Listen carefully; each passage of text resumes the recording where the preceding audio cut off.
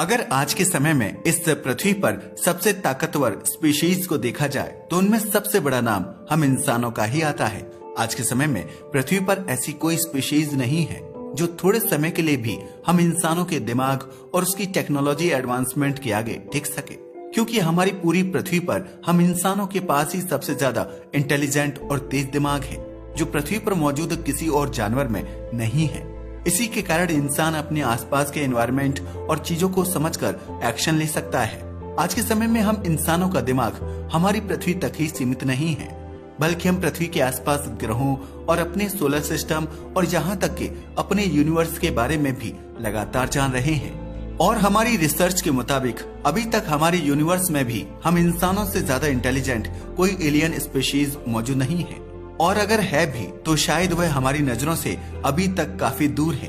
पर इंसानों की इतनी इंटेलिजेंसी को देखते हुए सवाल उठता है कि आखिर कैसे पृथ्वी पर हम इंसानों का जन्म हुआ, और आखिर वह पहला इंसान कैसे जन्मा था जिसने पृथ्वी के सबसे इंटेलिजेंट स्पीशीज की नींव रखी।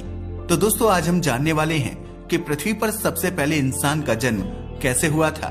तो आप सब जानते ही होंगे कि हम इंसान इस धरती पर हमेशा से ही मौजूद नहीं थे, क्योंकि यदि ऐसा होता तो शुरुआत में जब धरती पर डायनासोर जीवित हुआ करते थे तब हम उनके साथ कैसे रह पाते, क्योंकि डायनासोर के रहते हुए हम इंसानों का पृथ्वी पर अच्छे से डेवलप हो पाना लगभग नामुमकिन था। और अगर डायनासोर्स के समय हम इंसानों की एक डेवलप स्पीशीज मौजूद होती तो शायद वो भी डायनासोर्स की तरह पृथ्वी पर से विलुप्त हो चुकी होती। और यह इस बात का प्रमाण है कि हम डायनासोर्स की मृत्यु के बाद ही धरती पर आए होंगे। लेकिन क्या कभी आपने सोचा कि पहला इंसान धरती पर कैसे आया था और कहां से आया था?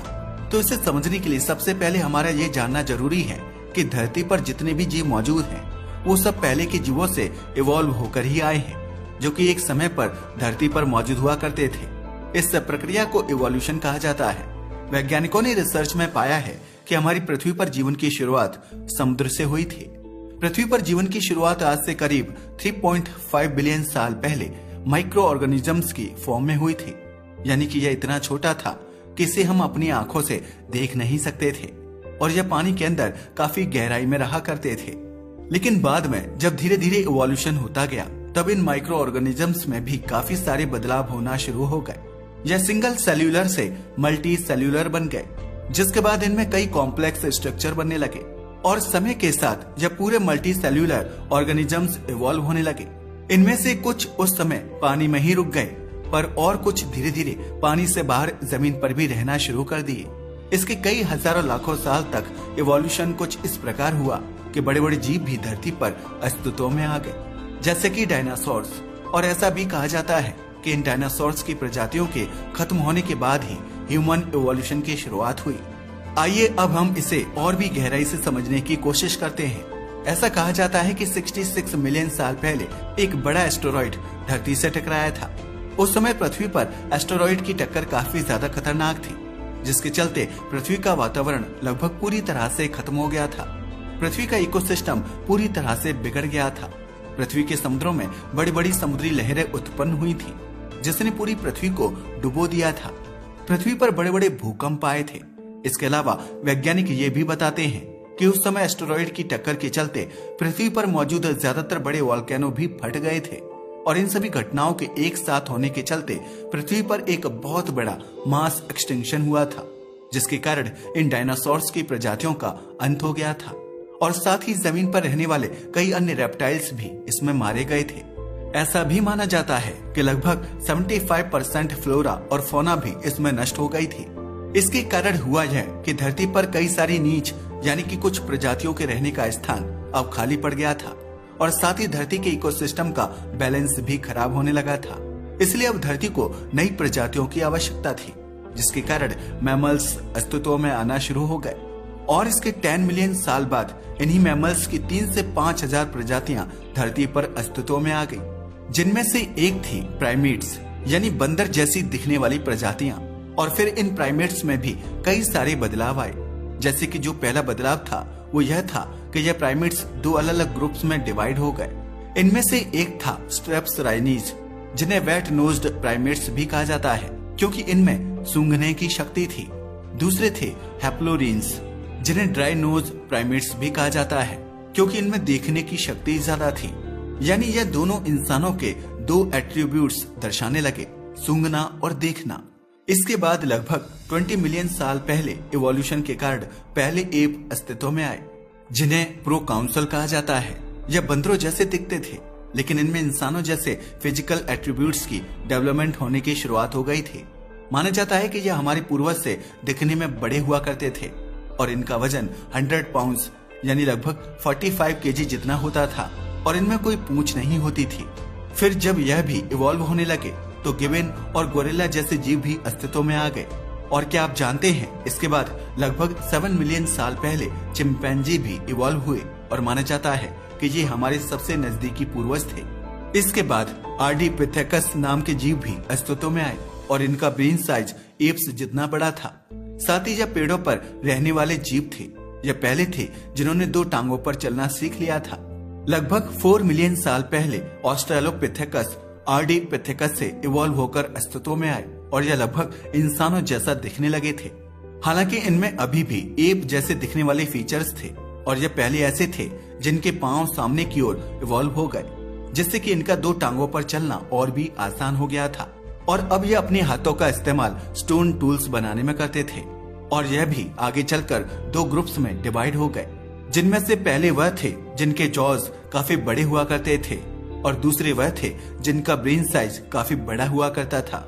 लेकिन इनमें से बड़ी ब्रेन साइज वाले जीव ही आगे और इवॉल्व कर सके और इन्होंने एक नई जीनस की शुरुआत की जिसका नाम था होमो।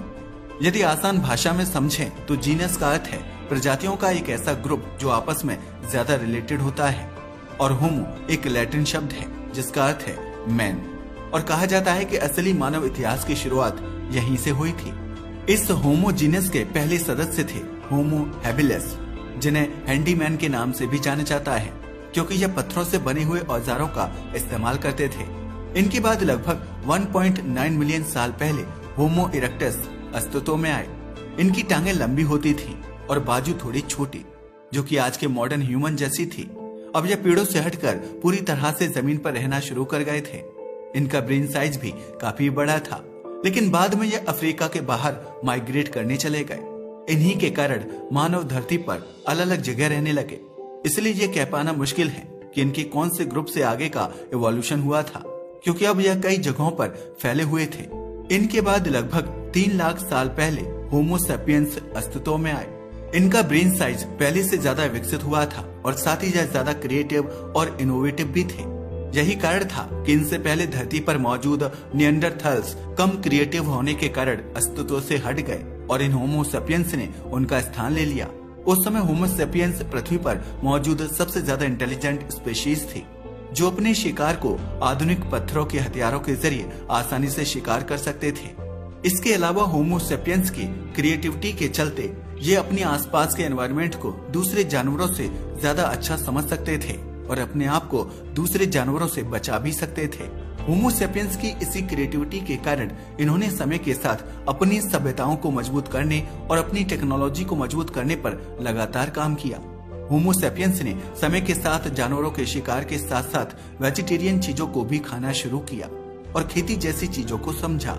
और खेती वह पहला कदम बताई जाती है जिसने आज के मॉडर्न इंसानों की नींव रखी, क्योंकि इसके बाद हम होमो सेपियंस ने कभी पीछे मुड़कर नहीं देखा। और आजकल विज्ञान के विकास और उन्नति के कारण हमारा और भी विकास हर दिन हो रहा है। अब हम इतना समर्थ हो चुके हैं कि हम अपना जीवन अच्छे से जी सकते हैं और टेक्नोलॉजिकल एडवांसमेंट्स के कारण हर दिन बनने वाले नए नए डिवाइसेस हमारे जीवन और आसान कर देते हैं। तो हम उम्मीद करते हैं कि अब आप इस रहस्य को समझ गए होंगे कि किस प्रकार धरती पर पहला इंसान आया था और कहां से आया था। और आज के समय में भी हमें कई सारे प्रमाण मिलते हैं कि किस तरह ह्यूमन इवोल्यूशन हुआ था। इन प्रमाणों में सबसे ज्यादा सहायक है फॉसिल्स। हमें हमारे पूर्वजों के कई सारे फॉसिल्स मिले हैं जिससे हम यह बता सके कि वह कितने बड़े हुआ करते थे और उनमें और हम में क्या फर्क था, और ये भी अनुमान लगाया जा सका कि वह कैसे दिखते थे। साथ ही कुछ आर्कियोलॉजिकल साइट्स की खुदाई के दौरान भी ये पाया गया कि किस प्रकार हमारे पूर्वज पत्थरों के बने औजारों का इस्तेमाल करते थे। खुदाई के दौरान न केवल हमें यह पता चला कि किस प्रकार ये अपना जीवन जीते थे, बल्कि हम ये भी समझ पाए कि इनकी क्या मान्यताएं थी। उदाहरण के लिए जैसे ये मृत जीव को दफना दिया करते थे, जो यह दर्शाता है कि इनमें भी कुछ बिलीफ पैटर्न्स होते थे जो भी आज के समय में इवॉल्व हुए हैं। तो दोस्तों, कहने का मतलब ये है कि हम इंसानों का जन्म किसी एक इंसान से नहीं हुआ था, बल्कि आज हम जो इंसान हैं, जिस फिजिकल स्ट्रक्चर और जिस दिमाग के साथ मौजूद हैं, वह पृथ्वी पर लाखों हजारों साल के इवोल्यूशन के चलते ऐसा बना है जैसा आज हम उसे देख रहे हैं। और यही इवोल्यूशन लगातार जारी है और आगे भी आज से कई हजार या लाख साल बाद हमें हमारे अपने ही इंसानों के शरीर और यहाँ तक के दिमाग में भी काफी ज्यादा बदलाव देखने को मिलेंगे। और ऐसा भी हो सकता है कि आज की तुलना में हमारी फ्यूचर की मानव सभ्यता आज की हम इंसानों से हजारों गुना ज्यादा समझदार और तेज दिमाग वाली हो। वीडियो पसंद आया हो तो इसे लाइक और शेयर करें, साथ ही चैनल को भी सब्सक्राइब करें। धन्यवाद।